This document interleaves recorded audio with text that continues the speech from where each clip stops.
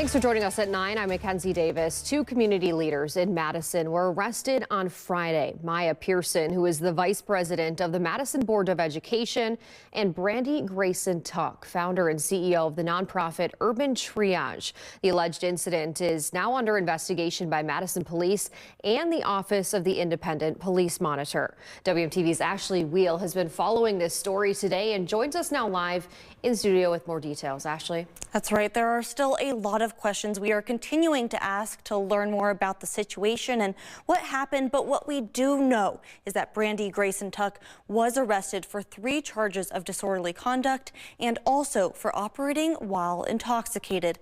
And Maya Pearson was arrested for disorderly conduct and resisting arrest. Now, according to police, the incident happened on the 100 block of East Doty Street. That's in downtown Madison, as you can see. Police responded after a report of a disturbance in the area.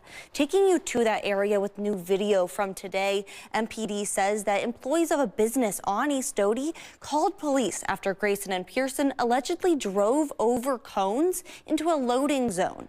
When the employees tried to ask the driver to park somewhere else, the situation escalated. Officers arrived and had to remove the women from the car after they refused to get out. Police could smell alcohol coming from Grayson, who was the driver, and both were taken to the Dane County Jail after being taken to a hospital for a sobriety test. I did ask businesses in the area if they saw or knew anything about the incident, but none that were open today had. And now, while police are investigating, so is the Office of the Independent Monitor. Now, Pearson is a member of the Police Civilian Oversight Board after she was appointed by the mayor in November of last year.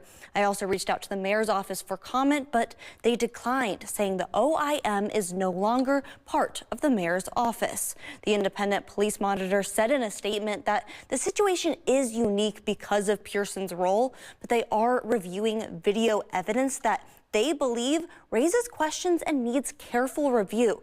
But they say, quote, it would be inappropriate to draw conclusions or make determinations before the investigation is complete and all relevant information has been fully evaluated, end quote.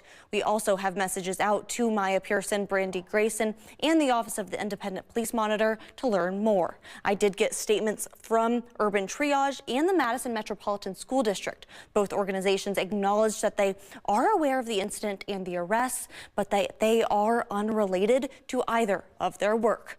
Live in studio, Ashley Wheel, WMTV 15 News. All right, Ashley, thank you. Lots to break down there, but neither Pearson or Grayson Tuck currently show up on Dane County Jail's resident list.